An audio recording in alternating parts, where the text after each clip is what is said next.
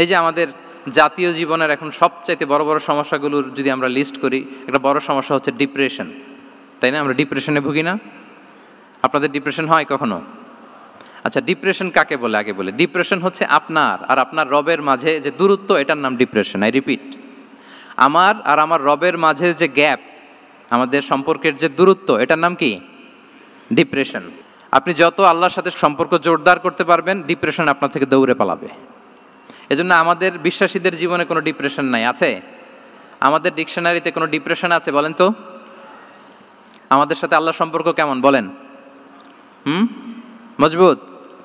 আলহামদুলিল্লাহ পড়ুন সবাই।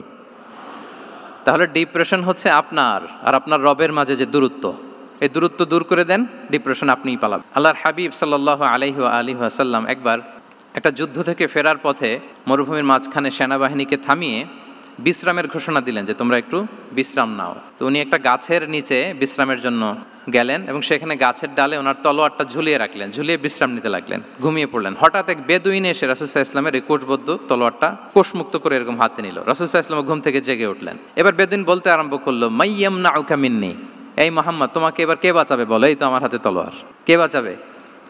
সাথে সাথেই আল্লাহর হাবিব সাল্লাল্লাহু আলাইহি ওয়া আলিহি ওয়াসাল্লাম উনি উত্তরে বললেন আল্লাহ। উত্তরে কি বললেন? কোনো চিন্তা ভাবনা নাই যে ওরে আঘাত করা যায় কিনা পাল্টা, বা কোনোভাবে ওর কনফিডেন্স ডাউন করা যায় কিনা, এদিক সেদিক কারো সাপোর্ট চাওয়া যায় কিনা, কোনো দিকে না তাকিয়ে কি বললেন? আল্লাহ। সবসময় তিনি আল্লাহ কেন্দ্রিক ছিলেন।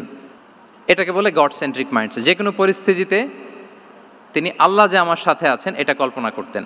এবং সুনানে আবু দাউদের একটি বর্ণনা এসেছে, রাসূল সাল্লাল্লাহু আলাইহি ওয়াসাল্লাম কানা নবী সাল্লাল্লাহু আলাইহি ওয়াসাল্লাম ইযা হাযাবাহু আমরুন সাল্লা, তাকে যখন কোনো জিনিস বিচলিত করতো তিনি জায়নামাজের মুসল্লায় দাঁড়িয়ে যেতেন, সালাতের জন্য দাঁড়িয়ে যেতেন। বিপদে পড়লেই আল্লাহর কাছে সেটা সঁপে দিতেন, শেয়ার করতেন। আমরা বর্তমানে কোনো বিপদে পড়লেই কি করি? আগে কোথায় শেয়ার করি? ফেসবুকে। আসলে করা উচিত কার সাথে? হ্যাঁ, আমার স্ত্রীর সাথে শেয়ার করার আগেও শেয়ার করব কার সাথে? আমার বন্ধুর সাথে শেয়ার করার আগেও শেয়ার করব কার সাথে? আল্লাহর সাথে। আমরা যদি হিজরতের ঘটনাটাকে একটু অ্যানালাইজ করি তাহলে দেখব যে গারে সাউরে যখন আল্লাহ রাসূল সাল্লাল্লাহু আলাইহি ওয়াসাল্লাম এবং আবু বকর রাদিয়াল্লাহু তাআলা আনহু ওনারা আশ্রয় নিয়েছিলেন রাত্রিবেলায়, কুরাইশরা যখন খুঁজতেছিল, আবু বকর রাদিয়াল্লাহু তাআলা আনহু বলেন যে কুরাইশদের পা দেখা যাচ্ছে, ওরা যে হেঁটে যাচ্ছে, একটু উকি মারলেই আমাদেরকে দেখা যায়।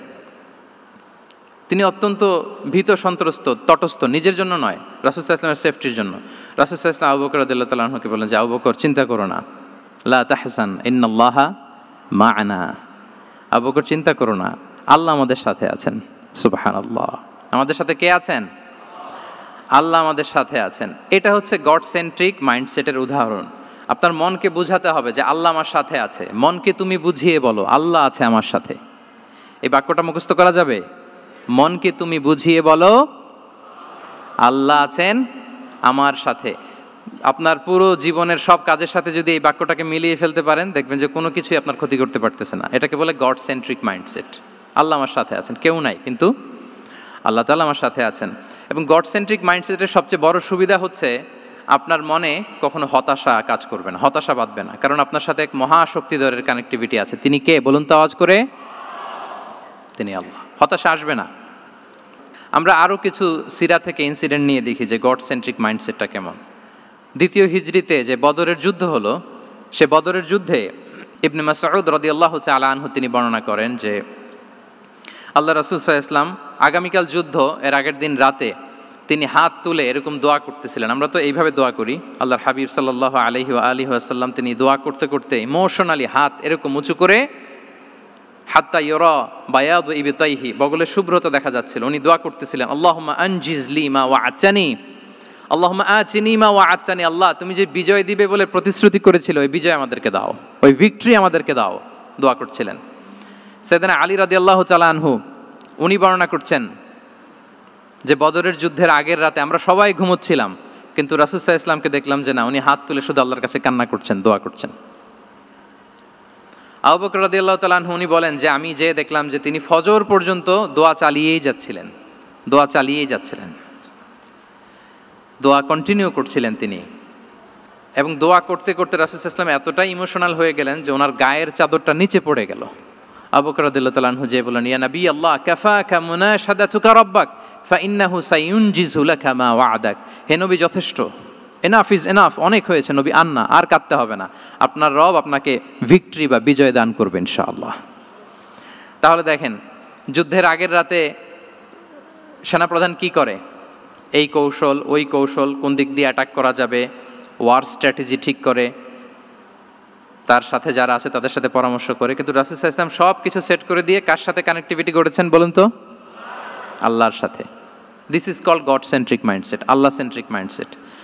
আমার হৃদয়টা সবসময় কার সাথে জুড়ে থাকবে? আল্লাহর সাথে, কারণ উনি ছাড়া আমার কোনো ঠিকানাই নেই। তাহলে এই মেন্টালিটি যদি আমরা ধারণ করতে পারি, এটাকে বলে গড সেন্ট্রিক মাইন্ডসেট। তাহলে রাসূলুল্লাহ সাল্লাল্লাহু আলাইহি ওয়া আলিহি ওয়াসাল্লামের যে 12টা মাইন্ডসেটের কথা আমরা বলেছি, তার প্রথমটা হচ্ছে গড সেন্ট্রিক। আল্লাহ তাআলা আমাদেরকে গড সেন্ট্রিক মাইন্ডসেট দান করুক। আমরা যে কোনো পরিস্থিতিতে যেভাবেই থাকি না কেন, আমরা বিপদে আপদে সবসময় ভরসা রাখবো কার উপর? এটাই হচ্ছে গড সেন্ট্রিক বা আল্লাহ সেন্ট্রিক মাইন্ডসেট। আচ্ছা, 2 নাম্বার মাইন্ডসেট হচ্ছে vision oriented mindset. Vision oriented mindset মানে হচ্ছে যার মধ্যে দূরদর্শিতা আছে, ফার সাইটেডনেস আছে, who can anticipate the future, যে ভবিষ্যৎ আগাম অনুমান করে ফেলতে পারে, সামনের পরিস্থিতিকে আগাম অনুমান করতে পারার যে যোগ্যতা বা দীর্ঘমেয়াদী চিন্তা করতে পারার যে ক্যাপাসিটি, এটাকে বলে ভিশন ওরিয়েন্টেড মাইন্ডসেট। এটা আল্লাহ রাসূল সাল্লাল্লাহু আলাইহি ওয়া আলিহি ওয়াসাল্লামকে আল্লাহ তাআলা দান করেছেন। উনি ভবিষ্যৎকে আগাম বুঝতে পারতেন, আগাম অনুমান করতে পারতেন, এবং সে অনুযায়ী তিনি স্ট্র্যাটেজি, প্ল্যান, পরিকল্পনা এটা তিনি সাজাতে পারতেন। এটাকে বলে ভিশন ওরিয়েন্টেড মাইন্ডসেট। এবার আসুন আমরা সিরাতের কিছু ইনসিডেন্টকে সামনে নিয়ে আসি যে তিনি কীরকম ভিশন ওরিয়েন্টেড মাইন্ডসেটের অধিকারী ছিলেন। আমরা সবাই হুদাইবিয়ার ঘটনা জানি না? কত হিজরিতে ঘটেছিল বলুন তো সবাই? 6ষ্ঠ হিজরিতে। লাকাদ সাদাকাল্লাহু রাসূলাহুর রুইয়া বিল হক লাতাদখুলুন্নাল মাসজিদাল হারামা ইনশাআল্লাহু আমিনিন।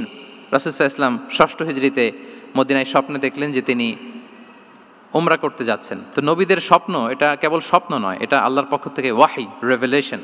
তো সেই হিসেবে তিনি 1400 সাহাবা নিয়ে উমরা করতে চলে গেলেন মক্কায়, কিন্তু মক্কাবাসী ঢুকতে দিল না, থামিয়ে দেয়া হলো। তো তখন একটা চুক্তি হয়েছিল, ওই চুক্তিতে বলা হলো, রাসূল সাল্লাল্লাহু আলাইহি ওয়াসাল্লাম লিখতে বললেন যে লিখো মিন মুহাম্মদ রাসূলিল্লাহ, আল্লাহর রাসূল মুহাম্মদের পক্ষ থেকে কুরাইশদের সাথে এই চুক্তি। কুরাইশরা আপত্তি করলো যে না, শুধু মুহাম্মদ লেখা যাবে, রাসূলুল্লাহ লেখা যাবে না, কারণ তুমি যে রাসূলুল্লাহ, আল্লাহর রাসূল, এটা যদি আমরা মেনে নেই তাহলে তোমার সাথে আর আমাদের দ্বন্দ্ব কিসের, আমরা তো ভাই ভাই হয়ে গেলাম, রাসূলুল্লাহ কাটো। সাহাবারা কেউ রাজি হয় না, বিশেষ করে ওমরে ফারুক রাদিয়াল্লাহু তাআলা, উনি রাজি হয় না, না না এটা কাটা যাবে না। রাসূল সাল্লাল্লাহু আলাইহি ওয়াসাল্লাম অনেক বলে কয়ে বুঝালেন যে না, দীর্ঘমেয়াদী চিন্তা করতে গেলে আমাদের এখন একটা শান্তি চুক্তির দরকার আছে, যাতে করে আমরা আমাদের গ্লোবাল নেভিগেশন সিস্টেম, দাওয়া সিস্টেমকে আরও স্ট্রং করতে পারি। অনেক বলে কয়ে রাসূলুল্লাহ কাটা হলো। এরপর তারা বলে চুক্তিতে লিখো যে এই বছর উমরা করতে দেয়া হবে না, এই বছর ফিরে যাবেন আপনারা সবাই। এটাও সাহাবারা রাজি হয় না, আল্লাহ রাসূল সাল্লাল্লাহু আলাইহি ওয়াসাল্লাম রাজি হলেন। আবার আরেকটা ক্লোজে লেখা হলো যে আগামী বছর আসলেও 3 দিনের বেশি থাকা যাবে না, সেটাও রাজি হয়ে গেল রাসূল সাল্লাল্লাহু আলাইহি ওয়াসাল্লাম, সাহাবারা রাজি হচ্ছেন না। এরপর মক্কা থেকে কোনো লোক মদিনায় গেলে মদিনাবাসী তাকে রাখতে পারবে না, ফেরত দিতে হবে। কিন্তু মদিনা থেকে কোনো লোক মক্কায় আসলে মক্কাবাসী তাকে ফেরত দিতে বাধ্য থাকবে না। দেখেন, একটার পর একটা মুসলমানদের বিরুদ্ধে সব ক্লোজ যাচ্ছে, কোনো সাহাবীরাই রাজি হচ্ছেন না। কিন্তু আল্লাহ রাসূল সাল্লাল্লাহু আলাইহি ওয়া আলিহি ওয়াসাল্লাম তিনি বললেন যে না, লিখো লিখো। উমরে ফারুক রাদিয়াল্লাহু তাআলা আনহু এতটাই রাগান্বিত হলেন, তিনি প্রশ্ন করলেন, ইয়া রাসূলুল্লাহ আলাইসা আনতা নাবিয়্যুন হক, আপনি এই যে কম্প্রোমাইজের পর কম্প্রোমাইজ করে যাচ্ছেন, আপনি কি সত্য নবী নন, সত্য রাসূল নন? আলাসনা আলা দীনিন হক, আমরা কি সত্যের উপর প্রতিষ্ঠিত নই? আলাইসাল কুরআনু কিতাবুন হক, তো সব যদি সত্য হয় আপনি কেন এগুলো মানছেন? রাসূল সাল্লাল্লাহু আলাইহি ওয়াসাল্লাম বললেন যে ওমর, তুমি বাদ সেদো না, মেনে নাও। মেনে নিলেন, এবং এই মেনে নেওয়াটাকে আল্লাহ ভিক্টরি বলে ঘোষণা দিলেন, বিজয় বলে। আল্লাহু আকবার। ইন্না ফাতাহনা লাকা ফাতহাম মুবিনা। এবং হুদাইবিয়ার এই সন্ধি থেকেই বেসিকলি মক্কা বিজয় ওইদিকে ত্বরান্বিত হয়েছে গতি প্রবাহটা। কারণ রাসূল সাল্লাল্লাহু আলাইহি ওয়াসাল্লাম অনেক দূর দেখেছেন, সাহাবারাই সামনের কিছু বিষয়ে তারা খেয়াল করছেন, কিন্তু রাসূলুল্লাহ সাল্লাল্লাহু আলাইহি ওয়া আলিহি ওয়াসাল্লাম তিনি অনেক দূর দেখতে পাচ্ছেন।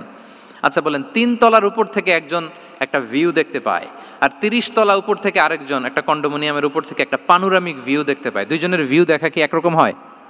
বলেন, একরকম হবে? কখনোই হবে না।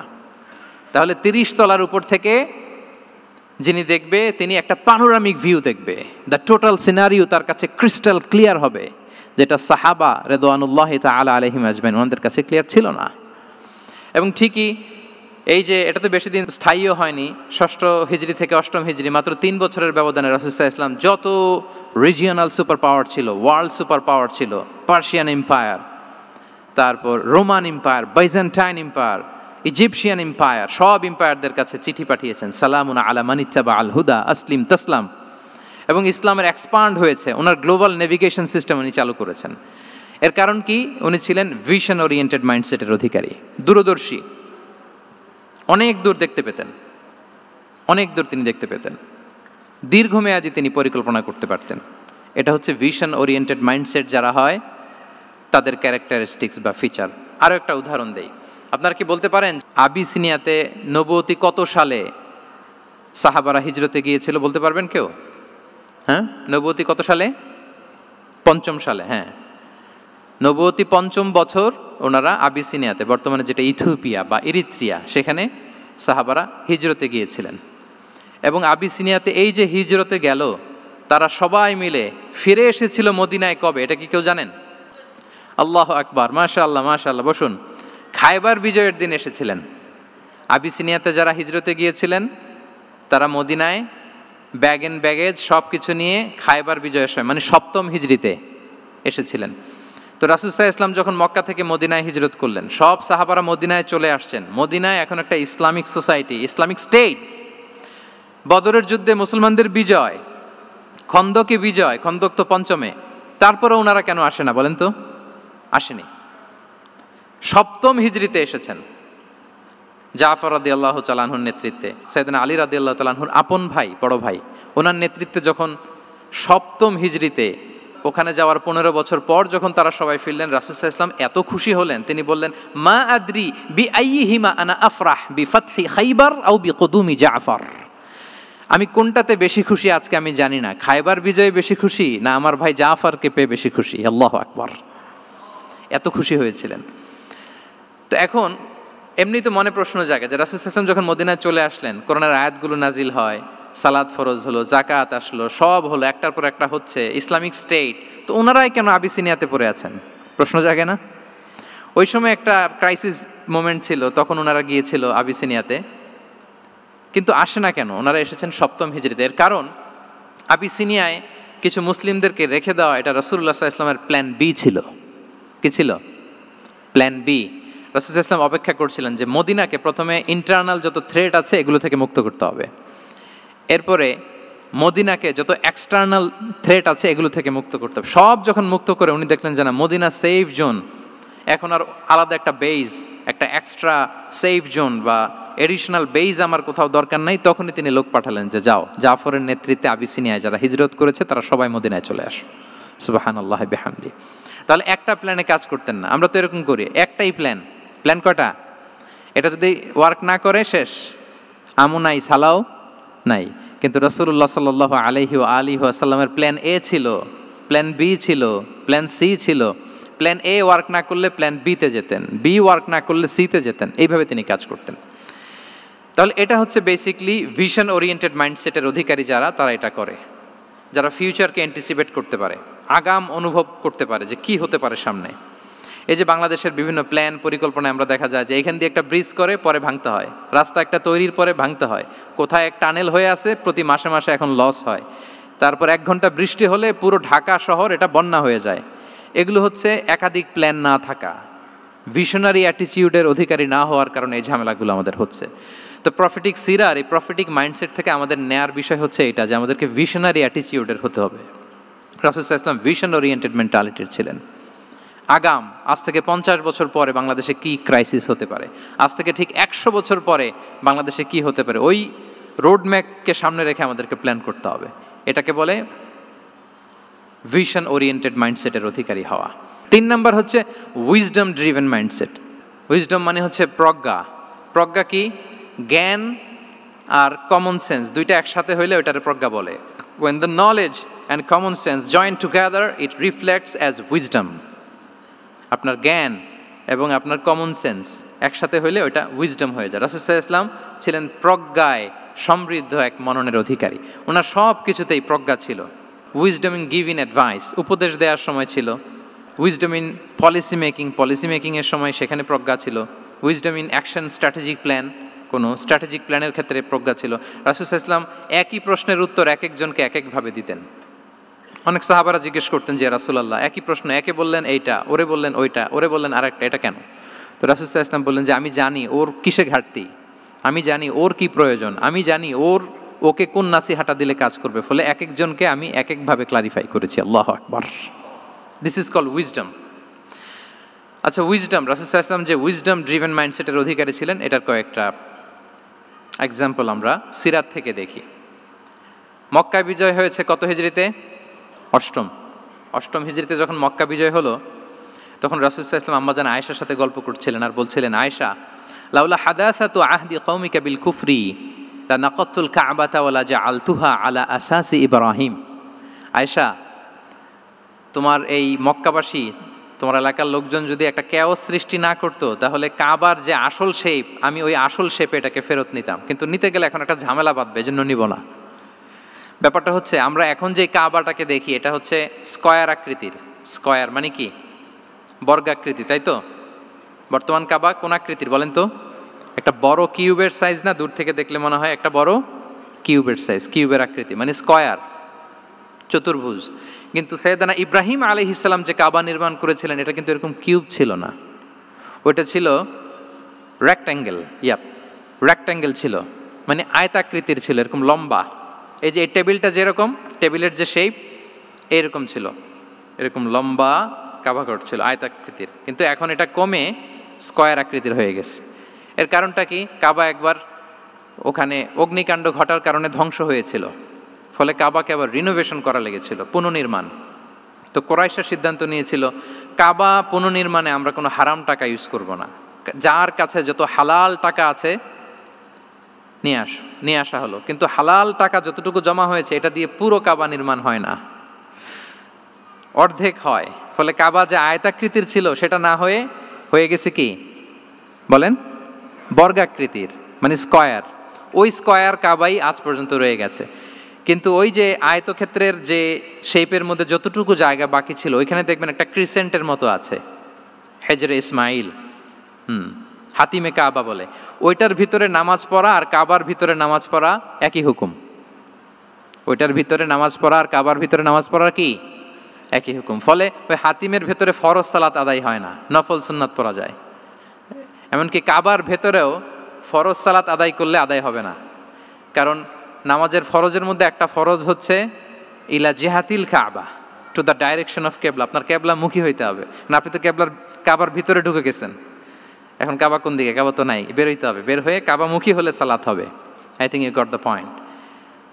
তো তাহলে রাসূল সাল্লাল্লাহু আলাইহি ওয়াসাল্লামের উইজডম বা প্রজ্ঞাটা এখানে দেখেন। আম্মাজান আয়েশা রাদিয়াল্লাহু তাআলা আনহাকে উনি বললেন যে, আয়েশা, মক্কা তো বিজয় হলো, মক্কার কন্ট্রোল তো এখন আমার হাতে।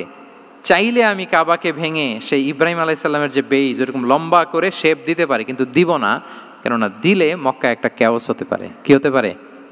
কারণ তারা একেবারে ভেরি রিসেন্ট মুসলমান হয়েছে, তারা না বুঝেই বলবে যে সেই আদি কাবা, মুহাম্মদ এই কাবার অপমান করেছে, কাবাকে ভুলুণ্ঠিত করেছে, সম্মানকে নষ্ট করেছে, এরকম একটা কোশ্চেন রাইজ করতে পারে। এই জন্য আমি করলাম না। সুবহানাল্লাহ। This is called wisdom. এটাকে কি বলে? প্রজ্ঞা। এটাকে প্রজ্ঞা বলে। তাহলে আপনার জ্ঞান এবং আপনার কমন সেন্স দুইটা যখন কানেক্ট করে, তখন সেটা প্রজ্ঞা হয়।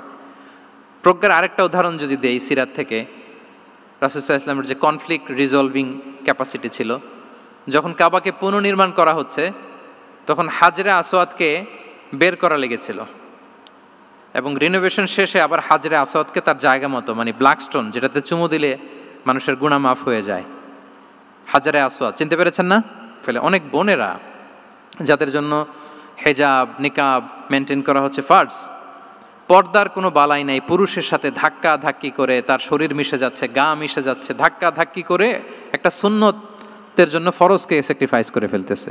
মানে ফোকাস ঠিক নাই আর কি, কোথায় যে কোনটা করতে হবে ওইটাই ভুলে গেছে। তো এই হাজরে আসওয়াদ পাথরকে আবার জায়গা মতো রাখতে হবে।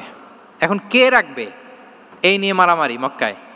বড় বড় 4টা গোত্র বলে এই গোত্র বলে আমি রাখবো, এই গোত্র বলে আমি রাখবো, আরেক গোত্র বলে রক্তের গঙ্গা বইয়ে দেবো মক্কায়, কিন্তু এই সম্মান অন্যকে নিচে দিব না, কারণ ইটস ভেরি প্রেস্টিজিয়াস ইস্যু যে আমাদের গোত্র এই ব্ল্যাকস্টোন হাজরে আসওয়াদকে নিয়ে জায়গা মতো রেখেছে, এটা কাউকে দিব না। তো সবাই যখন মারমুখী, তখন আল্লাহ রাসূল সাল্লাল্লাহু আলাইহি ওয়া আলিহি ওয়াসাল্লাম তিনি সমাধান দিলেন যে মারামারির দরকার নাই, একটা চাদর নিয়ে আসো। নিয়ে আসা হলো, 4 গোত্রের 4 লিডারকে বললেন চাদরের 4 কোণা ধরো। 4 জন 4 কোণা ধরলো।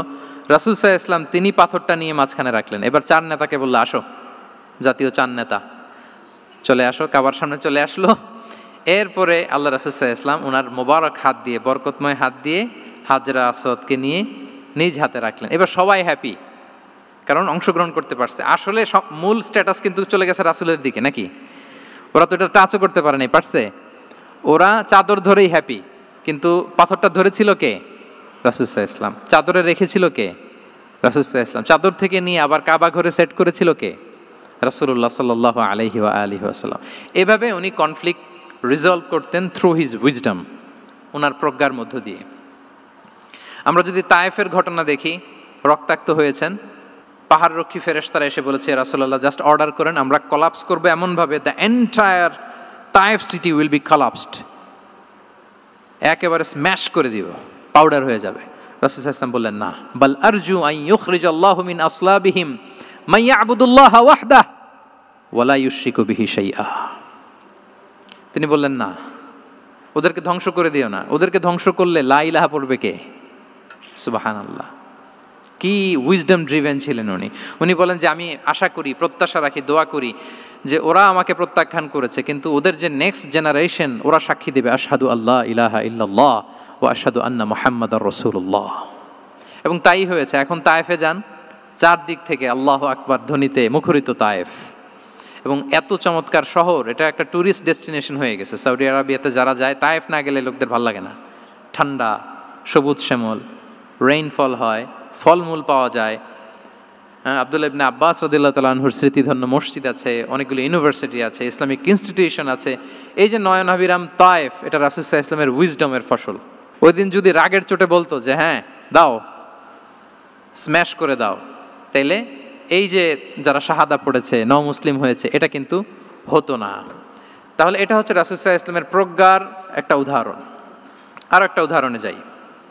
রাসূল সাল্লাল্লাহু আলাইহি ওয়াসাল্লাম যখন আকাবার দ্বিতীয় শপথ করে ফেললেন ইয়াসরিববাসীর সাথে, তখনও মদিনা হয়নি। তো তখন মদিনাবাসী বলল যে রাসূলুল্লাহ, আপনি তো এখনো হিজরত করবেন না, তো আমাদেরকে কোরআন শিখাবে কে, সালাত শিখাবে কে? আপনি একজন দায়ী পাঠান, আমাদের সাথে একজন টিচার দেন। রাসূল সাল্লাল্লাহু আলাইহি ওয়াসাল্লাম তখনও মদিনাতে হিজরতে যাননি, আমাদের সাথে একজন দায়ী পাঠাবেন। তো রাসূল সাল্লাল্লাহু আলাইহি ওয়াসাল্লাম একজনকে দায়ী হিসেবে পাঠিয়েছিলেন। বলেন ওই দায়ীর নাম কি? কি নাম? মুসআব ইবনে উমাইর রাদিয়াল্লাহু তাআলা আনহু, যিনি উহুদের যুদ্ধে শহীদ হয়েছিলেন, উনাকে পাঠিয়েছিলেন। দেখেন, উনি আবু বকর রাদিয়াল্লাহু তাআলা আনহুকে পাঠান নাই, পাঠিয়েছেন ওমরে ফারুককে, ওসমান রাদিয়াল্লাহু তাআলা আনহু, আলী রাদিয়াল্লাহু তাআলা আনহু, কাউকে পাঠাইছেন? কারে পাঠালেন? মুসআবকে। এর কারণ হচ্ছে উনি দেখতে খুব স্মার্ট ছিলেন, খুব ড্যাশিং ফেসের অধিকারী ছিলেন, মক্কার এলিট ফ্যামিলির একজন যুবক ছিলেন, এবং উনি সবচাইতে দামি দামি পারফিউম কালেক্ট করে ওইটা দিতেন। উনি মক্কার কোনো রাস্তা দিয়ে হেঁটে গেলে লোকজন বুঝতো এই রাস্তা দিয়ে কিছুক্ষণ আগে হেঁটে গিয়েছে মুসআব ইবনে উমাইর। সুবহানাল্লাহ। আমরা বাংলায় বলি না যে আগে দর্শনদারি পরে গুণবিচারী? এই কথাটার সাথে পরিচিত আপনারা? আগে দর্শনদারি পরে গুণবিচারী। আল্লাহ তাআলা এক একজনকে আমাদেরকে এক এক অবয়বে সৃষ্টি করেছেন। হুয়াল্লাযী ইউসাউবিরুকুম ফিল আরহামি কাইফা ইয়াশা। আল্লাহর একটা নাম হচ্ছে তিনি আল মুসাউবির, দ্য ডিজাইনার। মায়ের গর্ভে থাকতেই আমাদের কার চেহারা, কার কণ্ঠস্বর, কার স্কিন কালার, কে কীরকম হব, সব ফিক্স তিনি ঠিক করে দিয়েছেন। এটা আল্লাহর দেয়া। কিন্তু রাসূল সাল্লাল্লাহু আলাইহি ওয়াসাল্লামের উইজডমের ব্যাপার হচ্ছে তিনি আবু বকর রাদিয়াল্লাহু তাআলা আনহু, ওমর রাদিয়াল্লাহু তাআলা আনহু, ওসমান আলী, কাউকে চুজ না করে কাকে পাঠালেন? মুসআব ইবনে উমাইরকে।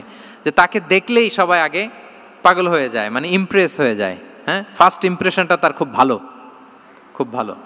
উনি মুসআব ইবনে উমাইরকে পাঠালেন, এবং যেই প্ল্যান সেই কাজ। উনি যে পুরো মদিনা কাঁপায় ফেলছেন, মাশাআল্লাহ।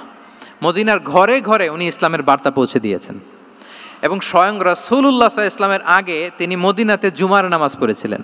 কারণ জুমার বিধান আসছে, কিন্তু মক্কা এমন একটা ল্যান্ড যেখানে এখনো জুমা পড়া আবশ্যক হয় নাই, চারদিকে কুফর বেষ্টিত। তো রাসূল সাল্লাল্লাহু আলাইহি ওয়াসাল্লাম লোক পাঠিয়েছেন যে জুমার বিধান এসছে, মুসাব তুমি কিন্তু মদিনায় যারা আছে তাদেরকে নিয়ে জুমা পড়ে ফেলো। তো মুসাব রাদিয়াল্লাহু তাআলা আনহু স্বয়ং রাসূলুল্লাহ সাল্লাল্লাহু আলাইহি ওয়াসাল্লামের আগে রাসূল সাল্লাল্লাহু আলাইহি ওয়াসাল্লামের পারমিশন নিয়ে মদিনাতে জুমা কায়েম করে ফেলছে। সুবহানাল্লাহি ওয়া বিহামদিহি। দেখেন, উইজডম ড্রিভেন পার্সোনালিটির অধিকারী ছিলেন, প্রজ্ঞার অধিকারী ছিলেন, অন্য কাউকে পাঠাননি। কাকে পাঠিয়েছেন? মুসাব ইবনে উমাইর। তাহলে উনি যেই কাজটাই করতেন, যেটা বলতেন, যেটাতে এঙ্গেজ হতেন, এর নেপথ্যে প্রজ্ঞা ছিল। কি ছিল ভাই? উইজডম ছিল। আল্লাহ যেন সেই উইজডম আমাদেরকে দান করেন, আল্লাহ যেন সেই প্রজ্ঞা দিয়ে আমাদেরকে সমৃদ্ধ করেন। আমরা সবাই পড়ি আমিন। 4 নাম্বার হচ্ছে reform centric mindset.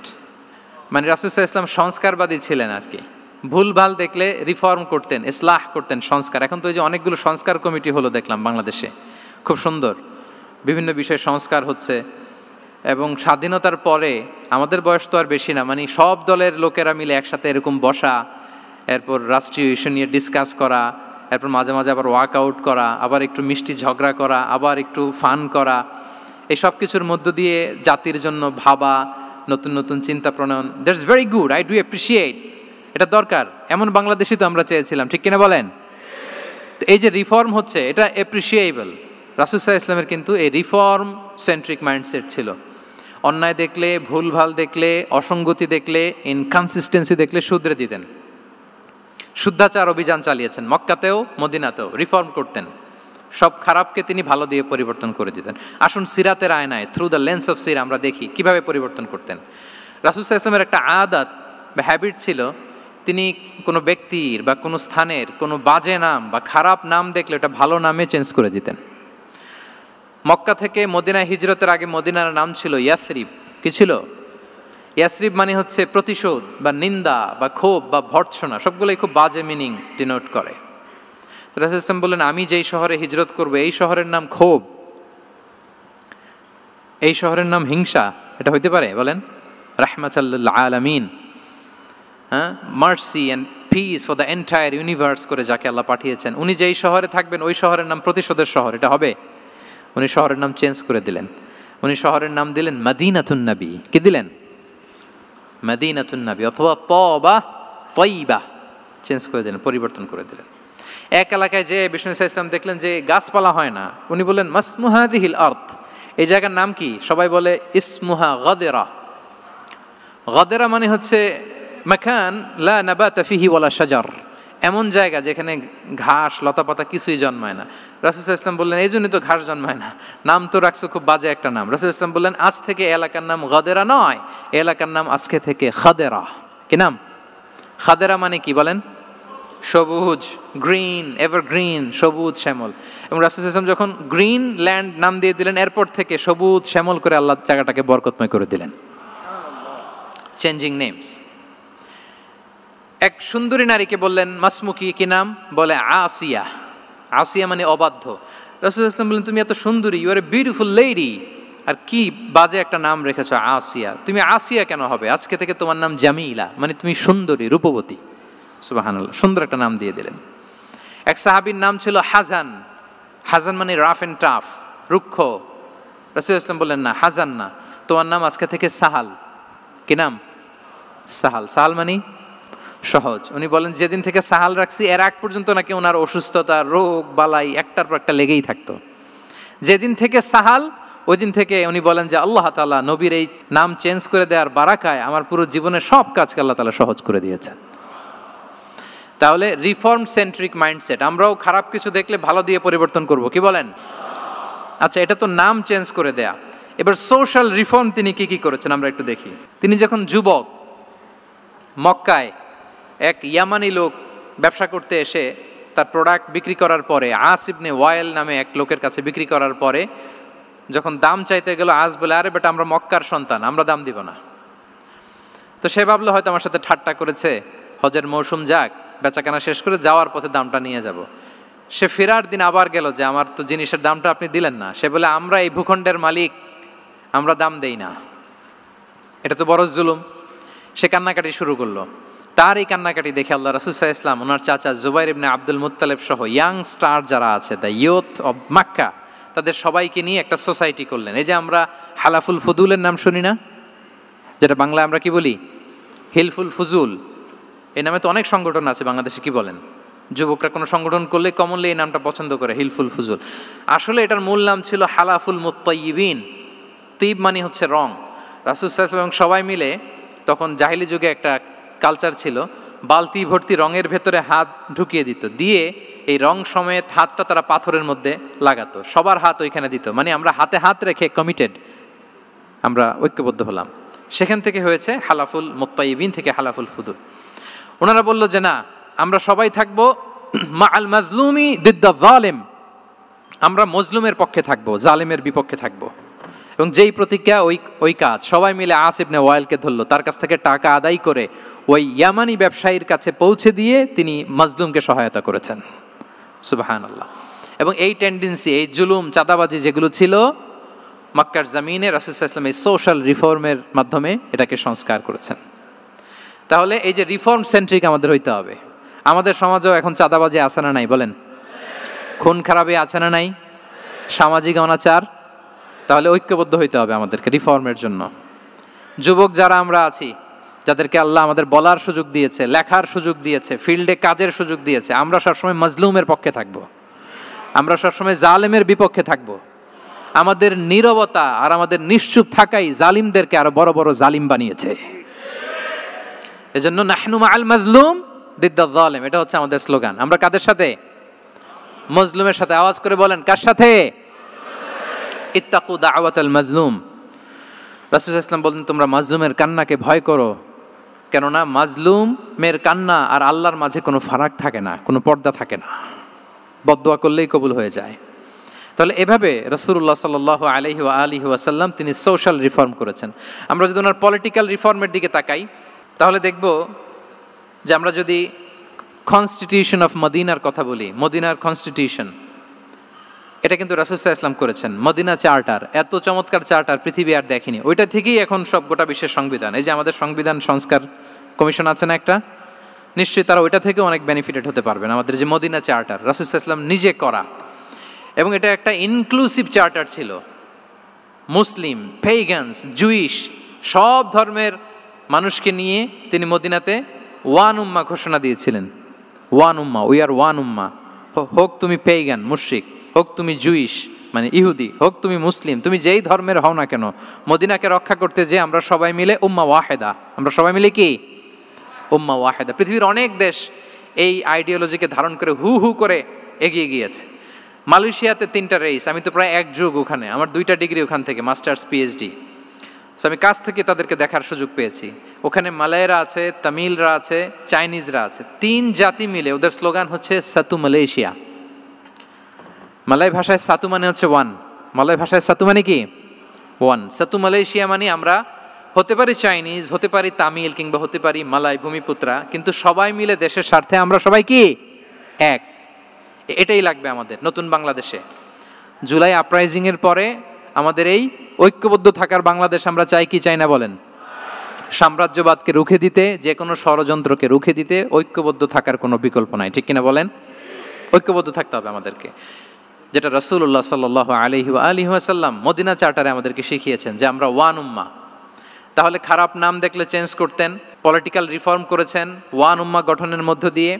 Financial reform যদি বলি, শুধু financial reforms by prophet Muhammad peace be upon him, এটা নিয়ে লম্বা কথা বলা যেতে পারে। শুধু একটা উদাহরণ দিয়ে শেষ করি। বিদায় হজের ভাষণে উনি সুদকে চিরতরে কবরস্থ করেছেন, সুদকে চিরতরে কবরস্থ করেছেন, এবং এটা অন্যের জন্য না, নিজের ঘর দিয়ে শুরু করেছেন। উনি বলেছেন যে এই হানাহানি রক্তপাত এটা বন্ধ, আমার গোত্রের একটা এরকম রক্তের দাবি আছে, এটা আমি শেষ ঘোষণা করলাম। এরপর বললেন যে সুদ কবর দিলাম, অন্য জায়গা থেকে না, আমার পরিবার থেকে। রাসূল ইসলামের চাচা স্বয়ং আব্বাস রাদিয়াল্লাহু তাআলা আনহুর অনেক সুদের ট্রানজ্যাকশন ছিল, ইন্টারেস্ট, সুদের ব্যবসা ছিল। রাসূল ইসলাম বলেন আজকে থেকে এই সুদ আমি চিরতরে মাটির নিচে কবর দিয়ে দিলাম। আল্লাহু আকবার। দেখেন সোশ্যাল রিফর্ম। তাহলে পরিবর্তন করতে হলে আগে নিজের ঘর থেকে, আগে কোত্থেকে? নাকি ওই ফ্যামিলি থেকে? হ্যাঁ, আমাদের মধ্যে যেটা হয়, আমরা ওয়াজ নসিহত বা ভালো কথা শুনলেই এটাকে ধরে নিই যে এটা ওর জন্য, ওর জন্য, মানে প্রত্যেকটা ওয়াজই যে আমার জন্য হইতে পারে, প্রত্যেকটা নসিহাতের যে প্রাইম অডিয়েন্স আমি হইতে পারি, এইটা আমাদের মাথায় কেন যেন আসে না। আমরা কোনো ভালো নসিহত শুনলে আমরা ভাবি এটা আসলে সমাজে দরকার, ওর দরকার, আমার ভাইয়ের দরকার, কিন্তু এটা যে আমার দরকার, প্রতিটা নাসিহাতের প্রথম অডিয়েন্স হওয়া দরকার কে? আমি নিজে। তাহলে পরিবর্তন শুরু করতে হবে নিজ থেকে। ওর এই সমস্যা, ওর এই সমস্যা, ওর এটা, আরে মিয়া তোমার কি সমস্যা ওইটা বলো। শুধু ওর ওর না দেখে নিজেরটাও দেখতে হবে। দেখেন অন্যের দিকে এক আঙ্গুল দেখালে নিজের দিকে কয় আঙ্গুল যায় বলেন তো? এই যে নিজের দিকে কিন্তু 3টা। আমি যদি এরকম করি তা আমার দিকে আসে 3টা। এজন্য নিজ থেকে, নিজের ফ্যামিলি থেকে আমরা সংস্কার শুরু করব। কি বলেন? ওমরে ফারুক রাদিয়াল্লাহু তাআলা আনহু যখন ফ্যামিলি মিটিংয়ে বসতেন, উনি ওনার সন্তানদেরকে বলতেন, শোনো, তোমরা খলিফাতুল মুসলিমিন, আমিরুল মুমিনিনের সন্তান। তোমাদের কোনো বাজে কাজ যদি সমাজে আসে, তোমাদের কোনো অন্যায় যদি আমার কানে আসে, অন্যের জন্য যা শাস্তি তোমাদের জন্য হবে ডবল শাস্তি। ওমরে ফারুক সন্তানদেরকে বলতেন, তোমরা যদি কোনো ভুল করো, একটা যদি হদ কায়েম করা লাগে এমন অন্যায় যদি করো, একটা হচ্ছে আল্লাহর দেয়া হদ, আর একটা হবে আমি উমরের দেয়া হদ। কারণ আমার মতো খলিফাতুল মুসলিমিনের সন্তান হয়ে পাপ তুমি কেন করলে? দেখেন অন্যের বাচ্চা কি করছে, অন্যের, আমাদের তো ওই মেয়েটার সমস্যা, ওনার ছেলের সমস্যা, এগুলো আমার ছেলের যে কি অবস্থা, আমার পরিবারের যে কি হালাত, আমার স্ত্রীর যে কি দশা, ওইটা নিয়ে আমরা ভ্রুক্ষেপ করি না বা চিন্তা করি না। তাহলে সম্মানিত সুধীমণ্ডলী, আমরা পরিবর্তন শুরু করবো কোত্থেকে? অন্যের বাড়িঘর থেকে নাকি? হ্যাঁ, কোত্থেকে? নিজ থেকে। আল্লাহ তাআলা আমাদেরকে তৌফিক দান করুক। 5 নম্বরে হচ্ছে ওপেন মাইন্ডেড। আমার প্রিয় নবী বলেন ওপেন মাইন্ডেড ছিলেন না ন্যারো মাইন্ডেড? সবাই বলবেন, গ্যালারির সবাই আওয়াজ করে, তিনি ওপেন মাইন্ডেড না ন্যারো মাইন্ডেড ছিলেন? রাসূলুল্লাহ সাল্লাল্লাহু আলাইহি ওয়া আলিহি ওয়াসাল্লাম ওপেন মাইন্ডেড ছিলেন। যে কেউ ওনাকে অ্যাপ্রোচ করতেন পারতেন easily. He was very approachable. ছোট বড় আবাল বৃদ্ধ বনিতা ওনার সাথে কথা বলতে স্বাচ্ছন্দ্য বোধ করতো, ভয় পেত না। এজন্য সিরাতের পরতে পরতে দেখবেন এক শিশু এসে প্রশ্ন করে, নারী এসে প্রশ্ন করে, বৃদ্ধ এসে প্রশ্ন করে, বন্ধু এসে প্রশ্ন করে, শত্রু এসে কনভারসেশন করে, সবাই এসে ওনার সাথে কথা বলতে পারতো। সুবহানাল্লাহ। এবং এগুলো উনি অ্যাকোমোডেট করতে পারতেন। কি করতে পারতেন? অ্যাকোমোডেট করতেন। ছোট্ট একটা উদাহরণ দেই, আসির আল হালাবিয়া থেকে নেয়া একটা বিখ্যাত সিরাতের গ্রন্থ। বদরের যুদ্ধে রাসূল সাল্লাল্লাহু আলাইহি ওয়াসাল্লাম বদরের মাঠে সেনা ক্যাম্প স্থাপন করলেন। কি ক্যাম্প? সেনা ক্যাম্প স্থাপন করলেন। আল হুবাব ইবনুল মুনজির রাদিয়াল্লাহু তাআলা আনহু এক সাহাবী, উনি বললেন, ইয়া রাসূলুল্লাহ, এই যে সেনা শিবির যে এখানে স্থাপন করলেন, এটা কি আপনার নিজের ইচ্ছায় না আল্লাহর আদেশে? দেখেন, সেনাপতিরে কোনো সাধারণ সৈনিক এই প্রশ্ন করতে পারে? করলে চাকরি থাকবে? কিন্তু রাসূল সাল্লাল্লাহু আলাইহি ওয়াসাল্লামের কাছে সাহস নিয়ে আল হুবাব ইবনুল মুনজির বলে, ইয়া রাসূলুল্লাহ, এই যে সেনা শিবির স্থাপন করলেন, এটা কি আপনার ইচ্ছায় নাকি এটা ওয়াহি? রাসূল সাল্লাল্লাহু আলাইহি ওয়াসাল্লাম বললেন, না, এটা ওয়াহি না, এটা ওয়াহি না, বাল হুয়া রায়ু ওয়াল হারবু ওয়াল মাকিদা, না, এটা যুদ্ধের কৌশল হিসেবে আমি করেছি। আল হুবাব ইবনুল মুনজির বললেন, ইয়া রাসূলুল্লাহ, তাহলে সঠিক জায়গায় সেনা ক্যাম্প স্থাপন হয় নাই। রাসূলের দিকে তাকিয়ে বলতেছেন যে আপনি যেখানে করছেন ওখানে ঠিক হয় না ইয়া রাসূলুল্লাহ, আপনি অভয় দিলে আমি বলতে পারি কোথায় ঠিক হবে। রাসূল সাল্লাল্লাহু আলাইহি ওয়াসাল্লাম বললেন, তাই? আমি যেটা করছি এটা ঠিক হয় নাই, তাহলে কোনটা ঠিক বলো? উনি বললেন, ওই যে বদরে একটা কুয়া আছে যেখানে পানির ব্যবস্থা আছে, ওইটার সামনে ব্যারিকেড দিয়ে আমাদের শিবির করতে হবে। তাহলে আমরা বদরের কুয়া থেকে পানি খাইতে পারবো, সারাদিন পানি খাবো, আর কাফিররা যুদ্ধে তো মারা যাবে, পানির অভাবে মারা যাবে। সুবহানাল্লাহ পড়বেন না? রাসূল সাল্লাল্লাহু আলাইহি ওয়াসাল্লাম বললেন, আরে তাই তো, তুমি তো ঠিকই বলেছো, এভাবে তো আমি ভেবে দেখিনি। আবার তিনি অ্যানাউন্স করে দিলেন যে সেনা শিবির এখানে যেই তাঁবু টাঙানো হয়েছে এখান থেকে মুভ করে আল হুবাব যেখানে ইন্ডিকেট করেছে ঠিক ওই জায়গায় যে শিবির স্থাপন করো। তাহলে আওয়াজ করে বলুন, ওপেন মাইন্ডেড না ন্যারো মাইন্ডেড? আমরা অনেক সময় আমাদের অধীনস্থদের কথা শুনতে চাই না। অনেক সময় অধীনস্থদের মাথা থেকেও দারুণ দারুণ দুর্দান্ত আইডিয়া চলে আসতে পারে। ইগনোর করবেন না সব সময়, আপনি দেখবেন যে তার কাছ থেকে ভালো আইডিয়া এসছে কিনা। তাহলে রাসূল সাল্লাল্লাহু আলাইহি ওয়াসাল্লাম এটাকে ইগনোর না করে অ্যাকোমোডেট করলেন। সুবহানাল্লাহ।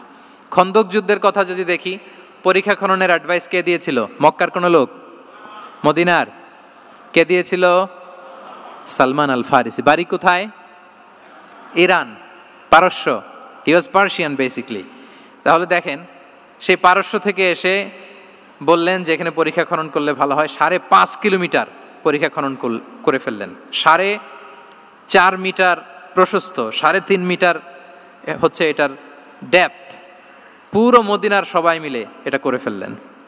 তার মানে আমি সব বুঝি, আমি সব জানি, এই মেন্টালিটি থেকে আমাদের বেড়ে আসতে হবে। এটা হচ্ছে একটা ন্যারো মাইন্ডেড পার্সোনালিটির অধিকারী, যে আমি যেটা বলছি ওইটা, এটার পরে কোনো কথা নেই, এটা ভুল।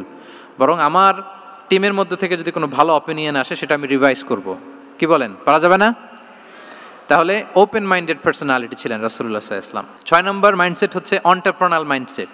অন্টারপ্রেনাল, এখন তো এটা আপনারা সবাই খুব বেশি শোনেন, অন্টারপ্রেনারশিপ, অন্টারপ্রেনাল মাইন্ডসেট আসলে অনেক কিছুর সমন্বয় হয়। 1 নম্বর, যার প্রোঅ্যাক্টিভ অ্যাটিটিউড যাদের থাকে, solution focused, not problem focused. Problem সৃষ্টি হইলে ওইদিকে ফোকাস না করে কিভাবে সলিউশন করা যায় ওইদিকে ফোকাস করতেন।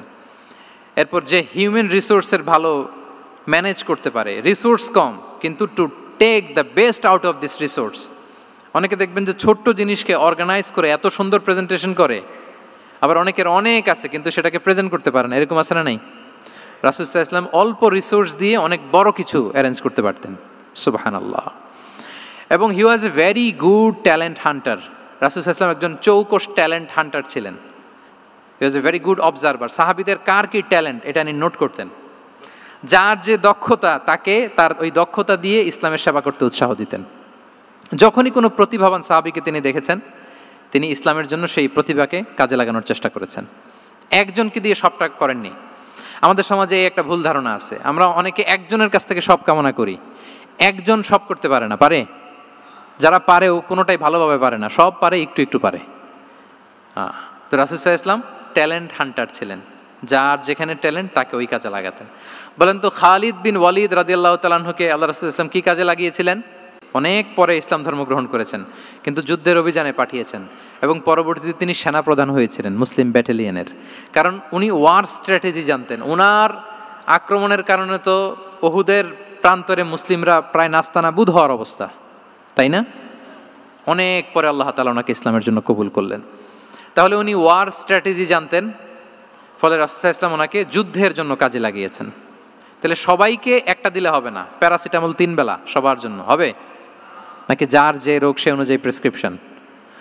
হ্যাঁ, খালিদ বিন ওয়ালিদ রাদিয়াল্লাহু তাআলা আনহু তিনি সমরবিদ ছিলেন, রণকৌশলী। ওনাকে বানিয়েছেন সেনাপ্রধান। আওয়াজ করে বলুন, কি প্রধান? উনি সেনাপ্রধান হয়েছিলেন। আচ্ছা, আপনারা হাসান বিন সাবিত রাদিয়াল্লাহু তাআলা আনহুর নাম শুনেছেন নিশ্চয়ই। ওনাকেও তো যুদ্ধের ময়দানে পাঠিয়েছেন না? ওনারা পাঠিয়েছেন। ওনারা দিয়ে কি করছেন বলেন? কবিতা লিখতেন। ওনার কাব্য প্রতিভা ছিল। উনি বেসিক্যালি যুদ্ধ করতে জানতেন না, এজন্য রাসূল ইসলাম যুদ্ধে ওনাকে পাঠাতেনও না। বিভিন্ন যুদ্ধে ওনাকে না পাঠিয়ে নারীদেরকে, মদিনার নারী, শিশু, ভালনারেবলস যারা আছে তাদেরকে দেখভাল করার জন্য মদিনায় উনি রেখে যেতেন, কারণ আল্লাহ তাআলা ওনাকে কাব্য প্রতিভা দিয়েছিলেন। ওনার এক এক কবিতা পড়লে গায়ের লোম খাড়া হয়ে যায়। You will have goosebumps, literally আপনার গায়ের পশম দাঁড়িয়ে যাবে।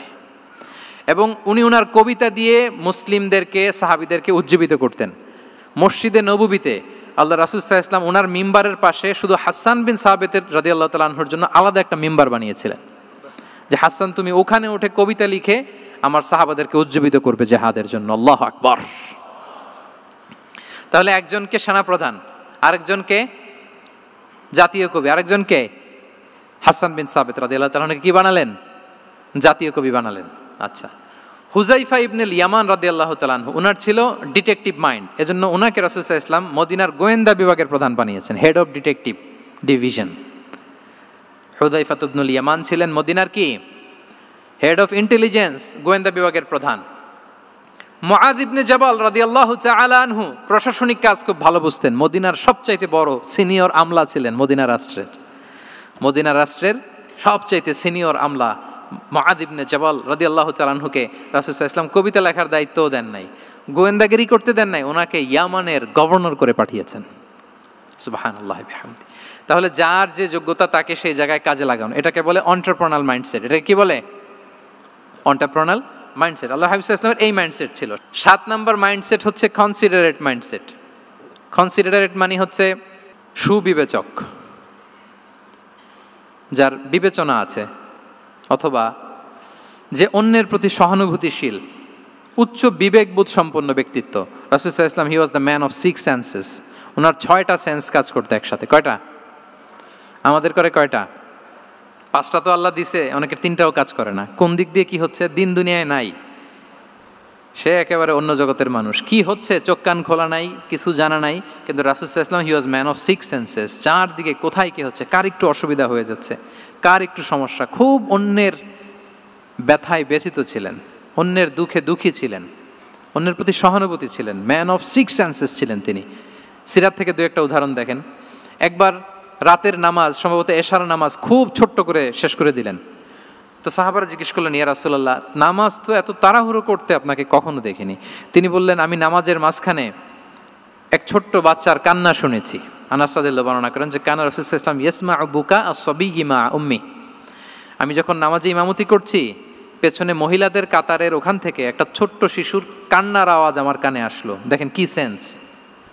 তো আমার মনে হচ্ছিল বাচ্চার কান্নায় পেছনের কাতারে মায়ের বড্ড কষ্ট হচ্ছে, যেই মাটা বাচ্চাটাকে নিয়ে এসছে উইমেন প্রেয়ার হলে, তাকে বাচ্চাটাকে ম্যানেজ করতে বা সামলাতে মায়ের বড্ড কষ্ট হয়ে যাচ্ছে আমার মনে হচ্ছে। এজন্য আমি নামাজটা একটু শর্টকাটে শেষ করে দিয়েছি। Could you imagine that? কি নবী আমরা পেয়েছি, কিরকম কনসিডারেট ছিলেন, কতটা সুবিবেচক ছিলেন, অন্যের প্রতি কতটা সহানুভূতিশীল ছিলেন তিনি, অন্যের যাতে কোনো সমস্যা না হয় এটা খেয়াল করতেন। মুআয ইবনে জাবাল রাদিয়াল্লাহু তাআলা আনহুকে মদিনার পাশেই এক মসজিদের ইমাম করে পাঠালেন। উনি ইমামতির দায়িত্ব পেয়ে একবার মাগরিবের নামাজে সূরা বাকারা তেলাওয়াত শুরু করলেন। তো ওনার হয়তো তেলাওয়াত করতে করতে একটা ইমোশন চলে আসছে, উনি তো সুরের ঝংকার দিয়ে তেলাওয়াত করতেছেন। এখন পেছনে যারা মুসল্লি ছিল এরা ছিল সব কৃষিজীবী সাহাবী। এরা কি ছিল? সারা দিন ওট দিয়ে, খেজুর গাছে পানি দিয়ে যান যায় যায় কোনো রকম ফরজ পেরে যায় ঘুমাইতে হবে। এই সাহাবীরা যখন পিছনে দাঁড়াইছে আর উনি ধরছে কোন সূরা? সূরাতুল বাকারা। এখন ওনারা তো আর থাকতে পারে না, ওনার সাথে থাকতে না পারে এক সাহাবী নামাজ রেখে দিয়ে ডাইরেক্ট রাসূল সাল্লাল্লাহু আলাইহি ওয়াসাল্লামের কাছে, কারণ বড় হুজুর তো আছে মদিনায়, যে বিচার দিছে ইয়া রাসূলুল্লাহ, দেখেন এমন একজনকে ইমাম করে অ্যাসাইন করেছেন, উনি মাগরিবের সালাতে সূরা বাকারা পড়ে, আর আমরা হচ্ছি কৃষিজীবী শ্রমজীবী সাহাবী, আমাদের তো এত বড় কেরাতের সাথে জয়েন করা সম্ভব না। রাসূল সাল্লাল্লাহু আলাইহি ওয়াসাল্লাম রেগে গেলেন, চেহারাটা আগুনের গোলার মতো লাল হয়ে গেল। মুআয ইবনে জাবাল রাদিয়াল্লাহু তাআলা আনহুকে ডেকে পাঠালেন, ডেকে বললেন, আফাত্তানুন আনতা ইয়া মুআয, আফাত্তান, তুমি কি ফিতনা সৃষ্টি করতেছো? ওখানে পাঠাইছি কমিউনিটির ইউনিটি ধরে রাখার জন্য, তুমি ওখানে যে ফিতনা সৃষ্টি করতেছো। তুমি কি সাব্বিহ ইসমা রাব্বিকাল আ'লা এই সূরা তোমার মুখস্থ নাই? ওয়াদ-দুহা ওয়াল-লাইলি ইযা সাজা এটা পারো না? ওয়াশ-শামসি ওয়া দুহাহা এটা মুখস্থ নাই? তো তুমি কেন এই সূরাগুলো দিয়ে নামাজ পড়াও না? কেন পড়াও না? এরপর তিনি বললেন, যখন ইমামতির সুযোগ পাবে, সুযোগ পেয়ে লম্বা কেরাত ধরো না, ছোট্ট কেরাত দিয়ে নামাজ শেষ করো। কেননা তোমার পেছনে বয়স্করা আছে, মুরব্বীরা আছে, অসুস্থরা আছে। জাল হাজা, তার একটা জরুরি কাজ পড়ছিল, যাচ্ছিল, হঠাৎ মাগরিবের আজান, ভাবলো রাস্তার পাশে যেহেতু আজান দিছে নামাজটা পড়ে নেই, নামাজে ঢুইকে দেখছে আপনি সূরা বাকারা ধরছেন, তো বেচারা কি কাজ করবে না কি করবে? আর তার তো নিয়ত ছিল ফরজ নামাজটা পড়ি যে বাস ধরবো, এখন আপনি ধরছেন কোন সূরা? বাকারা।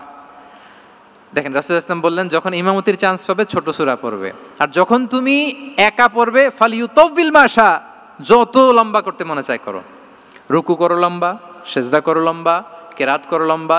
রাসূল সাল্লাল্লাহু আলাইহি ওয়াসাল্লাম তো রাতে আধা ঘন্টা 40 মিনিট প্রথম রাকাতে কেরাত পড়তেন, এরপরে আবার 40 মিনিট রুকুতে থাকতেন, রুকু থেকে দাঁড়ায় আবার 40 মিনিট, আবার সেজদায় যেয়ে 40 মিনিট, এরপরে সেজদা থেকে 2 সেজদার মাঝখানে আবার 40 মিনিট, 2 রাকাত দিয়ে এরকম রাতও শেষ করে দিয়েছেন। তো আপনার লম্বা যদি পড়তে মনে চায়, আপনি তো আপনার ব্যক্তিগত নফল সালাতে এভাবে লম্বা করবেন। কিন্তু আমাদের হয়ে গেছে উল্টা, একাকী নামাজ কোনো রকম রুকু সেজদা এরকম হয়ে গেছে না অনেকটা।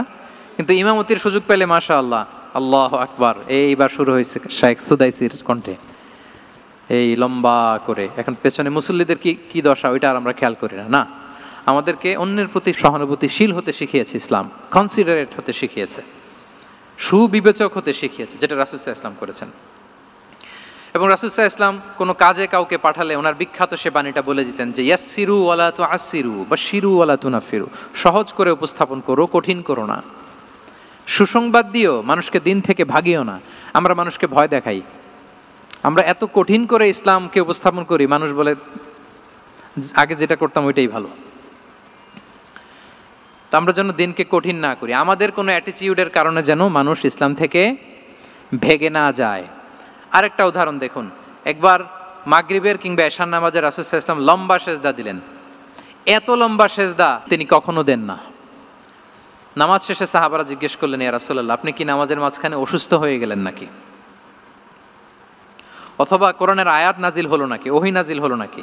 রাসূল সাল্লাল্লাহু আলাইহি ওয়াসাল্লাম বললেন কুল্লু যালিকা লাম ইয়াকুন ওয়ালাকিন ইবনি ইরতাহালানি ওয়া কারিহতু আন উআজ্জিলাহু হাত্তা ইয়াকদিয়া হাজাতা। বললেন না, অসুস্থ হই নাই, ওহীও নাজিল হয় নাই। আমি যখন সেজদায় গিয়েছি আমার দুই ছোট নাতি হাসান হোসেন আমার কাঁধের উপরে চেপে বসেছে। যতক্ষণ না ওরা খেলা শেষ না করে নিচে নেমেছে আমি সেজদায় লুটিয়েছিলাম, নেমেছে এরপরে মাথা উঠিয়েছি। আমার মাথা উঠানোর কারণে ওদের খেলার একটু ডিস্টার্ব হবে, এজন্য আমি আর সেজদা থেকে মাথা উঠাই নাই। দেখেন, নাতির খেলার যেন ডিস্টার্ব না হয়। পেছনের মহিলা সারির এক বোনের নামাজের সমস্যা হচ্ছে, এগুলো উনি খেয়াল করতেন, ছোট্ট ছোট্ট বিষয়গুলো উনি খেয়াল করতেন। এটাকে বলে কনসিডারেট মাইন্ডসেট। কি বলে? তাহলে আমরা অন্যের প্রতি যেন সহানুভূতিশীল হই, নাকি শুধু নিজেরটাই দেখব? অন্যেরটা দেখার দরকার আছে না নাই বলেন? 8 নাম্বার হচ্ছে ট্রান্সপারেন্সি। ট্রান্সপারেন্সি মানে হচ্ছে স্বচ্ছতা। ওনার জীবনের চাইতে, ওনার বায়োগ্রাফির চাইতে স্বচ্ছ বায়োগ্রাফি আপনি পাবেন না। No public and private division, and in the long history of time no one's life has been recorded more transparently than the life of Prophet Muhammad sallallahu alaihi wasallam. রাসূল সাল্লাল্লাহু আলাইহি ওয়াসাল্লামের চেয়ে বেশি পৃথিবীতে এমন সেকেন্ড কোনো পার্সন আপনি দেখাতে পারবেন না যার জীবনের সবকিছু রেকর্ডেড। সবকিছু রেকর্ডেড। এরকম আছে? ঘরে কি করেছেন, বাইরে কি করেছেন, স্ত্রীর সাথে কি করেছেন, বন্ধুর সাথে কি করেছেন, সাহাবাদের সাথে কি করেছেন, শত্রুর সাথে কি করেছেন, অল আর রেকর্ডেড। সব এন্ড ক্রিস্টাল ক্লিয়ার, একেবারে স্বচ্ছ পানির মতো, স্ফটিক কাচের মতো ক্লিয়ার, ট্রান্সপারেন্ট। ওনার সব কাজে উনি স্বচ্ছতা বজায় রাখতে চাইতেন। কতটা স্বচ্ছ ছিলেন একটা মজার ঘটনা শোনায় আপনাদেরকে। সহিহ বুখারীতে এসছে, রমাদানের শেষ 10 দিন, দ্য লাস্ট 10 days অফ রমাদানে তিনি ইতিকাফ করতেন। তো ইতিকাফ অবস্থায় স্ত্রীরা এসে রাতে দেখা করে যেত, জরুরি কথা আলাপ থাকলে সেরে যেত। একবার রাতে সফিয়া বিনতে হুয়াই ইবনে আখতাব রাদিয়াল্লাহু তাআলা আনহা আসলেন, ওনার স্ত্রী। কথা হলো এবার ওনাকে একটু এগিয়ে দিবেন। মসজিদ থেকে রাসূল ইসলাম বারান্দার দিকে পাশ দিয়ে আসলেন এগিয়ে দেওয়ার জন্য। ইন দ্য মিন টাইম হঠাৎ 2জন আনসারি সাহাবী পাশ দিয়ে হেঁটে যাচ্ছেন। রাসূল সাল্লাল্লাহু আলাইহি ওয়াসাল্লাম আম্মাজানকে বিদায় দিবেন এখানে। হঠাৎ করে তিনি আওয়াজ করে বললেন, আলা রিসলিকুমা, এই দাঁড়াও। ওই সাহাবী 2জন রাসূল সাল্লাল্লাহু আলাইহি ওয়াসাল্লামের সাথে কে ওটা টের পায় নাই, বুঝতে পারে নাই। বোরকায় আবৃত কোনো এক নারী দেখে রাসূল আর ওই নারীকে দেখে তারা আরো দ্রুত গতিতে হাঁটতে শুরু করে দিচ্ছে, আমরা চলে যাই এখান থেকে। দেখেন, রাসূল সাল্লাল্লাহু আলাইহি ওয়াসাল্লাম নিজের অবস্থানকে ট্রান্সপারেন্ট করার জন্য বললেন, আলা রিসলিকুমা, দাঁড়াও। দাঁড়ালেন। তখন রাসূল সাল্লাল্লাহু আলাইহি ওয়াসাল্লাম বললেন যে, ইন্নাহা উম্মুকুম সফিয়া, আমার পাশে যাকে দেখতে পাচ্ছ বলে দেয়া ভালো যে সে কিন্তু অন্য কোনো নারী নয়, সে তোমাদের মা উম্মুল মুমিনিন সফিয়া। সাহাবারা বলে, সুবহানাল্লাহ ইয়া রাসূলুল্লাহ, ইয়া রাসূলুল্লাহ, এ কেমন কথা? আপনি কেন আমাদের কাছে জবাবদিহি করতে যাচ্ছেন বা ক্লারিফাই করছেন? আপনার পাশে কোনো নারী এত রাতে যদি দাঁড়িয়ে থাকে, তিনি তো আমাদের মাদের মধ্যে থেকেই তো একজন হবেন, কেন আপনি বলতেছেন? তখন রাসূল সাল্লাল্লাহু আলাইহি ওয়াসাল্লাম বললেন যে, না, ইন্না শাইতানা ইয়াজরি মিনাল ইনসানি মাজরাদ দাম, শয়তান মানুষের রগে রগে চলাচল করে। ওয়া ইন্নী খাশিতু আইয়ুকযিফা ফি কুলুবিকুমা শাররান, আরেক বর্ণনায় আছে শাইআন, আমার ভয় হয় হয়তো শয়তান কোনো সন্দেহের উদ্রেক তোমাদের হৃদয়ে ঢুকায় দিতে পারে। সুবহানাল্লাহ। এজন্য আমি ক্লিয়ার করে দিলাম, এটা আমার বউ, আমার স্ত্রী, তোমাদের মা সফিয়া।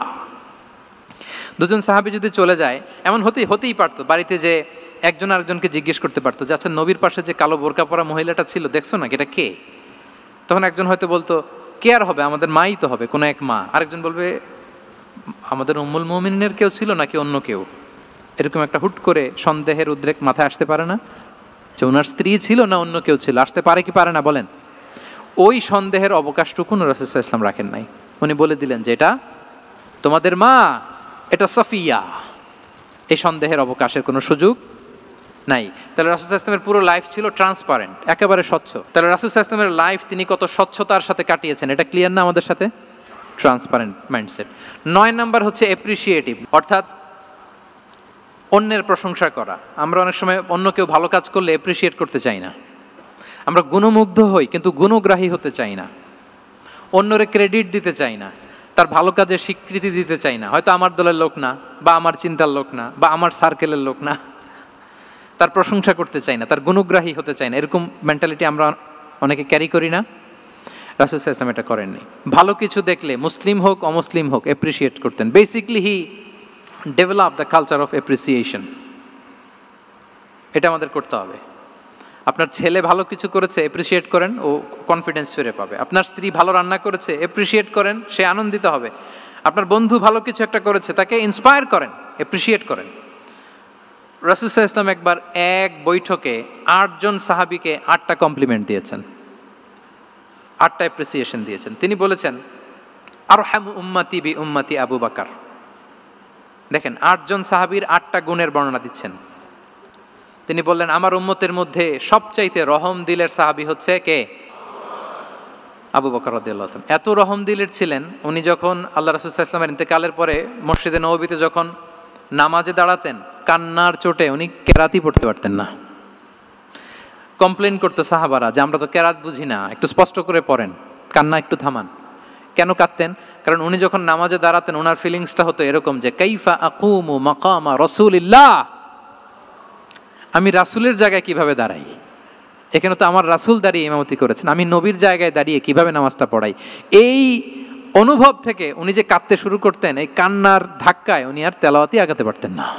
আরহামু উম্মতি বি উম্মতি আবু বকর, আমার উম্মতের মধ্যে সবচাইতে রহম দিলের হচ্ছেন আবু বকর। ও আসাদ্দুহুম ফি আমরিল্লাহি ওমর, দেখেন প্রশংসা করতেছেন। আর আমার উম্মতের মধ্যে আল্লাহর দ্বীন বাস্তবায়নে সবচাইতে কঠোর হচ্ছে ওমর। মুনাফিকরা ওনাকে জমের মতো ভয় পেত, ইভেন শয়তান ভয় পেত। রাসূল সাল্লাল্লাহু আলাইহি ওয়াসাল্লাম বলেন, ওমর তুমি যদি এই রাস্তা দিয়ে হাঁটো, শয়তান যদি দেখতে পায়, শয়তান এই রাস্তা রেখে দিয়ে অন্য কোনো রাস্তা থাকলে ওইটা দিয়ে হাঁটে। সুবহানাল্লাহ বিহামদি।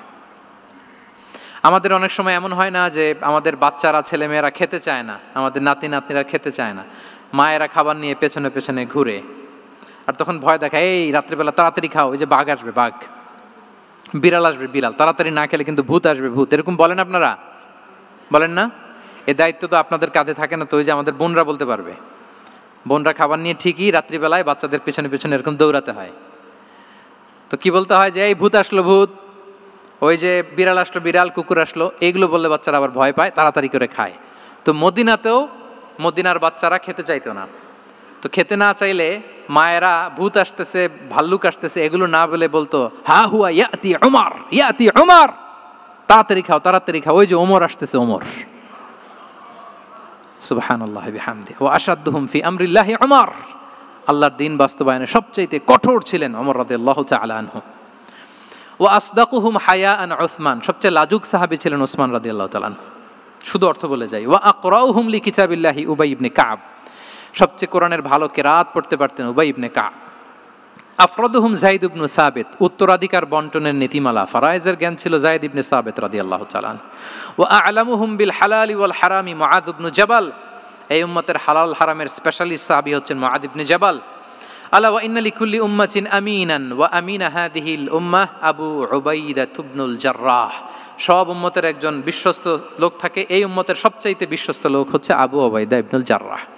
দেখেন 8 জন সাহাবীর 8টা গুণের কথা বললেন। আচ্ছা, রাসূল সাল্লাল্লাহু আলাইহি ওয়াসাল্লাম যখন সাহাবীদের প্রশংসা করেছেন, ওই সাহাবীদের কেমন লেগেছে বলেন তো? ফিলিংসটা ভালো লেগেছে না? হৃদয়ে জুড়িয়েছে, ইন্সপায়ার্ড হয়েছেন, মোটিভেটেড হয়েছেন। সাহাবীদের মধ্যে সবচাইতে সুরেলা গলার কণ্ঠের অধিকারী ছিলেন আবু মুসা আল-আশআরী রাদিয়াল্লাহু তাআলা আনহু। তো রাসূল সাল্লাল্লাহু আলাইহি ওয়াসাল্লাম একবার রাত্রিবেলা তার বাসার পাশ দিয়ে যাচ্ছিলেন, দীর্ঘ সময় ওনার কণ্ঠের তেলাওয়াত শুনলেন। পরের দিন সকালে বললেন যে আবু মুসা, তুমি তো চমৎকার গলায় তেলাওয়াত করো। আবু মুসা বলে, ইয়া রাসূলুল্লাহ, আমি তো কোনোদিন আপনার সামনে দাঁড়িয়ে তেলাওয়াত করি না, আপনি কি করে জানলেন? রাসূল সাল্লাল্লাহু আলাইহি ওয়াসাল্লাম বললেন, গত রাতে তুমি যখন তেলাওয়াত করছিলে, আমি তোমার ঘরের পাশ দিয়ে যাচ্ছিলাম, আমি মনোযোগ দিয়ে শুনেছি। আবু মুসা বলে, ইয়া রাসূলুল্লাহ, আপনি আমার তেলাওয়াত শুনতেছেন, ওইটা জানলে তো আমি ফজর পর্যন্ত তেলাওয়াত চালিয়ে যেতাম, হাত্তাল ফাজর আমি তেলাওয়াত চালিয়ে যেতাম ইয়া রাসূলুল্লাহ। আল্লাহ রাসূল সাল্লাল্লাহু আলাইহি ওয়াসাল্লাম তখন বললেন, লাকাদ উতিতা মিজমারান মিন মাজামিরি আলি দাউদ, হে আবু মুসা, দাউদ আলাইহিস সালামের গলায় আল্লাহ তাআলা যেমনি সুরের ঝংকার দিয়েছেন, এই উম্মতের মধ্যে তোমার গলায় আল্লাহ সেই সুরের লহরী ঢেলে দিয়েছে। বলেন এই অ্যাপ্রিসিয়েশন যখন রাসূলের মুখ থেকে পাইলো কেমন লাগবে ওনার? এখানে ধরেন আপনি কেউ হাফেজে কোরআন শেখ সুদাইস যদি বলে যে মাশাআল্লাহ মাশাআল্লাহ আনতা কারিউল কুররা, আপনাকে যদি এটা বলে কেমন লাগবে আপনার? হ্যাঁ, সারা দুনিয়া তো এটা বলে বেড়াবেন যে শেখ সুদাইস আমার রেসিটেশনের প্রশংসা করেছে, খাবার ইমাম আমার প্রশংসা অ্যাপ্রিসিয়েট করেছে। আর স্বয়ং রাসূলুল্লাহ সাল্লাল্লাহু আলাইহি ওয়াসাল্লাম যখন বলে তোমার গলায় আল্লাহ সুরের ঝংকার ঢেলে দিয়েছে, তখন ওনার কেমন লেগেছে? এজন্য আপনার ছেলে মেয়ে, স্ত্রী, বন্ধু, আপনার সার্কেলের কেউ কোনো ভালো কাজ করলে কৃপণতা করবেন না, অ্যাপ্রিসিয়েট করুন। রাসূল সাল্লাল্লাহু আলাইহি ওয়াসাল্লাম অ্যাপ্রিসিয়েশন আমাদেরকে শিখিয়েছেন। ইভেন মুখাইরেক নামে এক ইহুদি ছিল, মদিনার সব ইহুদিরা বিট্রে করেছে, কিন্তু এই মুখাইরেক নামে এক ইহুদি উহুদের যুদ্ধে মুসলিমদের পক্ষে লড়াই করে নিহত হয়েছে। সে তার কথা রেখেছে। মুসলিম সাহাবীদের শহীদদের লাশের সাথে যখন এই ইহুদি তার লাশও আনা হলো, রাসূল সাল্লাল্লাহু আলাইহি ওয়াসাল্লাম তার দিকে তাকায় বললেন, মুখাইরিক খায়রু ইয়াহুদ, Mukhayriq is the best among Jewish. তিনি বললেন মুখাইরিক, এই পৃথিবীতে যত ইহুদি আছে এখানকার ইহুদিদের মধ্যে মুখাইরিক হচ্ছে সবচেয়ে শ্রেষ্ঠ ইহুদি। দেখেন মুখাইরিক কোন ধর্মের ছিলেন? মুসলিম নাকি? কোন ধর্মের? ইহুদি হওয়ার পরেও তাকে অ্যাপ্রিসিয়েশন করতে রাসূল সাল্লাল্লাহু আলাইহি ওয়াসাল্লাম ভুলেন নাই। তাহলে আমরা যেন অ্যাপ্রিসিয়েটিভ মাইন্ডসেটের অধিকারী হই।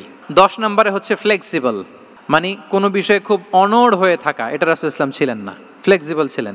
আমরা অনেক সময় বলি না যে ভাই আপনি কি 9টায় আসতে পারবেন না 10টায়? বলে আম ফ্লেক্সিবল উইথ দিস, মানে যেটা বলবেন আমার সমস্যা, এরকম ইজি গোয়িং ছিলেন উনি, গো ধরে থাকতেন না, যে কোনো পরিস্থিতিকে সামলে নিতেন। ফ্লেক্সিবল হচ্ছে যে কোনো পরিবেশ পরিস্থিতির সাথে নিজেকে মানিয়ে নেওয়া, খাপ খাওয়া, নিজেকে সামলে নেওয়া, সলিউশন বের করে ফেলা, এটা রাসূল সাল্লাল্লাহু আলাইহি ওয়াসাল্লামের ছিল, এটাকে বলে ফ্লেক্সিবল মাইন্ডসেট। নাজরানের 60 জন খ্রিস্টান পাদ্রী এসেছিল মদিনায় দেখা করতে।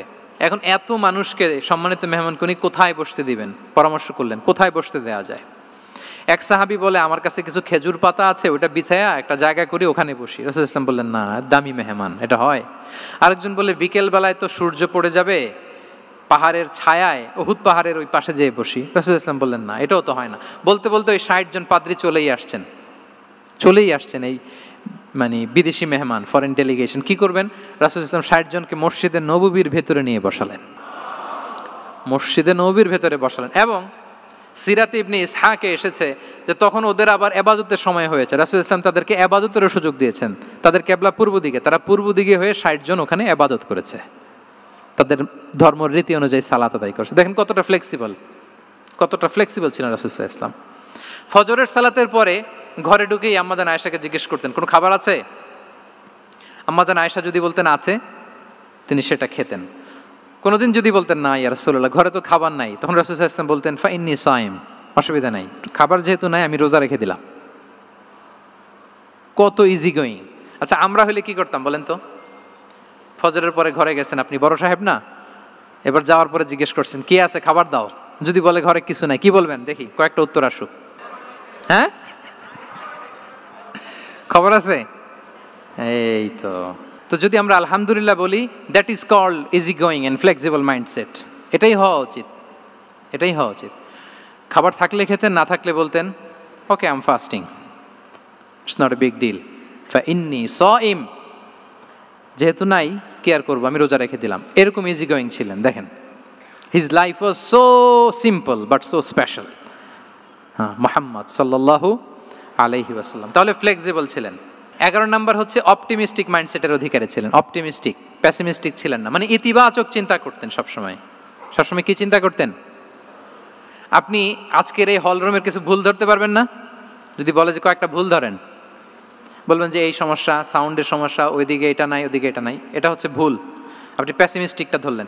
এবার যদি বলা হয় আজকের এই প্রোগ্রামের কয়েকটা পজিটিভ দিক বলেন, তখন আপনি কিন্তু কয়েকটা পয়েন্ট বের করতে পারবেন যে এটা ছিল একটা ইতিবাচক দিক, এই প্রোগ্রামের এটা ছিল একটা পজিটিভ দিক। তো রাসূল সাল্লাল্লাহু আলাইহি ওয়াসাল্লাম ওই পজিটিভ দিকগুলোতে ফোকাস করতেন। Come back positive, not go back negative. রাসূল সাল্লাল্লাহু আলাইহি ওয়াসাল্লামের কাছে এসে যদি কেউ বলতে ইয়া রাসূলুল্লাহ আমি খুব অসুস্থ, রাসূল সাল্লাল্লাহু আলাইহি ওয়াসাল্লাম বলতেন লা বাসা আলাইকা তুহুরুন ইনশাআল্লাহ। ইয়া রাসূলুল্লাহ আমি অসুস্থ। রাসূল সাল্লাল্লাহু আলাইহি ওয়াসাল্লাম বলতেন আরে don't worry, it will cleanse up you from your sins if Allah wish, ইনশাআল্লাহ এতে তোমার যে গুনাহ টুনা আছে, পাপ আছে, এই পাপগুলোকে আল্লাহ তাআলা এই অসুস্থতা দিয়ে মোচন করে দিচ্ছেন। পড়েন সুবহানাল্লাহ। তাইলে আপনি অসুস্থতার মধ্যে একটু হালকা হলেন না যে জ্বরে ভুগতেছি, কিন্তু এই জ্বরে নাকি আমার গুনাহ মাফ হয়ে যায়। পেটের ব্যথায় আক্রান্ত, মাথা ব্যথায় আক্রান্ত, কিন্তু এটাতে নাকি আল্লাহ আমার পাপ মোচন করে দেয়, তাহলে একটু ভাল লাগবে না? তাহলে দেখেন একটা কঠিন পরিবেশকে রাসূল সাল্লাল্লাহু আলাইহি ওয়াসাল্লাম সহজ করতেন। অসুস্থ শুনলেই লা বাস তুহুরুন ইনশাআল্লাহ, আর কিছু হবে না, আল্লাহ তোমার গুনাহ মাফ করে দিচ্ছে। অসুস্থ ব্যক্তি দেখলেই মাথায় হাত দিয়ে দোয়া করতেন আল্লাহুম্মা রাব্বান নাস আযহিবিল বাস ইশফি আনতাশ শাফি লা শিফাআ ইল্লা শিফাউক শিফাআন লা ইগাদিরু সাকামা। উজ্জীবিত হয়ে যেত অসুস্থ ব্যক্তি। আমরা কি করি? কাউকে অসুস্থ দেখলে, রোগাক্রান্ত দেখলে, ওই রোগে সবচাইতে কষ্ট পেয়ে যে মারা গেছে তার ঘটনা বলা শুরু করি যে হায় রে ভাই আপনার ক্যান্সার, আমার এক খালা ছিল ক্যান্সারের 4th স্টেজে চলে গেছিল, 14টা কেমো দেয়া লাগছে, এই যে ফিরিস্তি একেবারে ওনার দাফন কাফন পর্যন্ত। এখন বলেন ওই লোক যাও সুস্থ ছিল এখন আর সুস্থ থাকবে? কথা বলেন থাকবে? একটা দিব্যি সুস্থ মানুষকে যদি আপনি বলেন ভাই আপনাকে দেখতে কেমন যেন একটু রোগা রোগা লাগতেছে, অসুস্থ নাকি? এরপরে প্ল্যান করে ধরেন আপনি বললেন, উনি আবার ওদিকে যাওয়ার পরে আরেকজনকে প্ল্যান করে বলতে বললেন, ও বললো ভাই ব্যাপার কি, চেহারাটা কেমন শুকনা শুকনা। এরকম 5 জন বলার পরে ওই বিকেলে কাঁথা গায়ে দিয়ে শুয়ে ফেলবে বিছানায়। তবে আপনি অসুস্থ এমনি বানায় ফেলছেন। কিন্তু রাসূলুল্লাহ সাল্লাল্লাহু আলাইহি ওয়া আলিহি ওয়াসাল্লাম উনি বলতেন লাবাস লাবাস আলাইক তাহুরুন ইনশাআল্লাহ, আরে সুস্থ হয়ে যাবা। এজন্য দেখতে গেলে আপনি উৎসাহিত করবেন, বলবেন আরে ভাই আপনারা তো খুব সুস্থ লাগতেছে। কে বলছে আপনি অসুস্থ? অসুস্থতার কোনো ছোঁয়াই তো আপনার মধ্যে নাই। হ্যাঁ, you are looking very fine, চমৎকার লাগতেছে আপনার, কে বলছে তো ভালো হয়ে যাচ্ছেন। এটা বললে উনি আশা পায়। আর আপনি যদি ওই রোগে সবচেয়ে কষ্ট পেয়ে যে মারা গেল, এই ঘটনা যদি ওনারে শোনান, উনি বাঁচবে বলেন? তাহলে আমরা মানুষকে উৎসাহিত করব, অপটিমিস্টিক হব, প্যাসিমিস্টিক হব না। এবার বলুন হুনাইনের যুদ্ধে, কুইজ, হুনাইনের যুদ্ধ কত হিজরিতে হয়েছিল? 8ম। হ্যাঁ, মাত্র 2-4 জন বলতেছে। আমাদের ওই যে হাসানা ফাউন্ডেশনের একটা সিরা অলিম্পিয়াড চলতেছে, এটাতে অংশগ্রহণ করতে হবে আপনাদের। আমরা প্রতিদিন একটা করে কুইজ জানান দিচ্ছি মানুষদেরকে, একেবারে সব মুখস্থ হয়ে যাবে ইনশাআল্লাহ। তাহলে 8ম হিজরিতে হাওয়াজিন বনু সাকিব গোত্রের বিশাল ব্যাটালিয়ন নিয়ে ওরা আসছে, এবং ওরা আসছে যে আমরা শুধু একা যাব না, আমাদের স্ত্রী বাচ্চা কাচ্চা, আমাদের যার ঘরে যত সম্পদ আছে সব নিয়ে মরুভূমিতে যাব। এটা নিয়ে যাব কেন?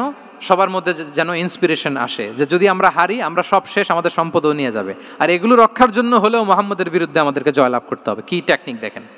সব যখন নিয়ে দাঁড়াইছে বিশাল বাহিনী, এক সাহাবী এসে বলল ইয়া রাসূলুল্লাহ, কালকে তো আমাদের খবর আছে, এই বাহিনীকে আমরা কি করে পরাস্ত করব? ইয়া রাসূলুল্লাহ এসে দেখুন, পাহাড় থেকে দেখুন কত বিশাল বাহিনী।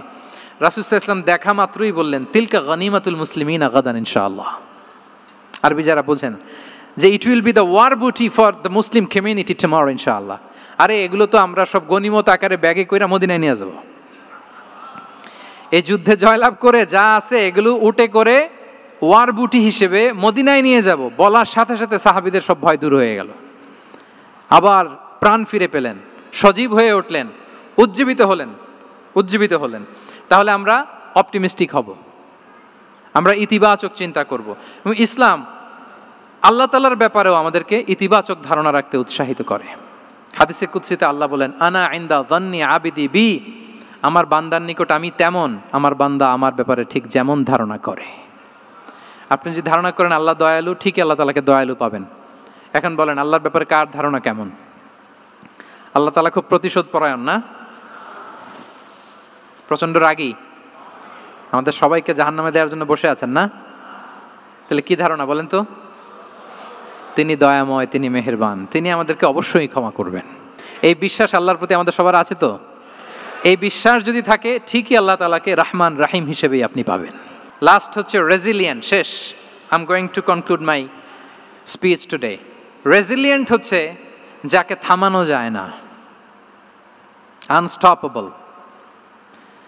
সংকট কাটিয়ে ঘুরে দাঁড়ানোর সামর্থ্য যার থাকে তাকে বলে রেজিলিয়েন্ট। লেগে থাকার মানসিকতা, টিকে থাকার যোগ্যতা, সহজে হার না মানার যে অ্যাটিটিউড, এটাকে বলে রেজিলিয়েন্ট মাইন্ডসেট। রাসূল সাল্লাল্লাহু আলাইহি ওয়াসাল্লামকে আল্লাহ তাআলা এই মাইন্ডসেট দিয়েছিলেন। ওনাকে হারাইতে পারছে কেউ? জীবনের সাথে এটা সেট করে নেন যে আমি কখনো হারি না, আমি হয় জিতি নয় শিখি।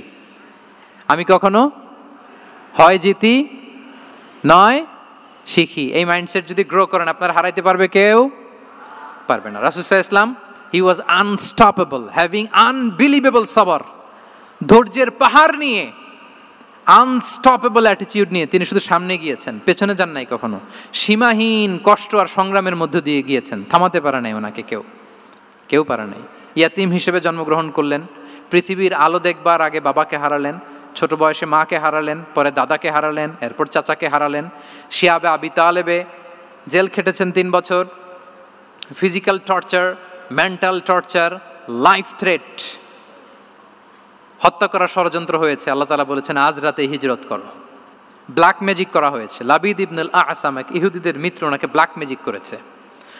মারার জন্য খাদ্যে বিষ মিশিয়ে দেওয়া হয়েছিল। বাজুর মাংস, খাসির বাজুর মাংস পছন্দ করতেন, খাইবারের এক ইহুদি নারী এই ছাগলের এই মাংসের মধ্যে বিষ দিয়েছিলেন।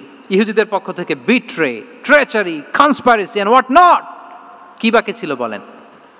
ষড়যন্ত্রের এমন কোনো ধরন ছিল না যেটা তারা বাকি রেখেছে। কিন্তু রাসূল সাল্লাল্লাহু আলাইহি ওয়াসাল্লামকে কি থামানো গিয়েছিল? বলেন, থামানো গিয়েছিল?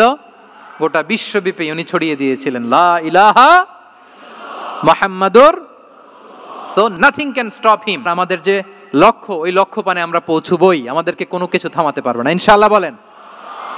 আমরা আমাদের লক্ষ্য পানে মানজালে মাকসাদে দৌড়ে দৌড়ে যাব। আমাদেরকে থামিয়ে দেয়া হলে আমরা হাঁটতে থাকবো, সেখানে আমাদেরকে আঘাত করা হলে আমরা হামাগুড়ি দিয়ে সামনের দিকে যেতে থাকবো, সেখানেও থামিয়ে দেওয়ার চেষ্টা করা হলে আমরা আমাদের মঞ্জিলে মাকসুদের দিকে অপলক নেত্রে চেয়ে থাকবো। আমাদেরকে কেউ থামাতে পারবে?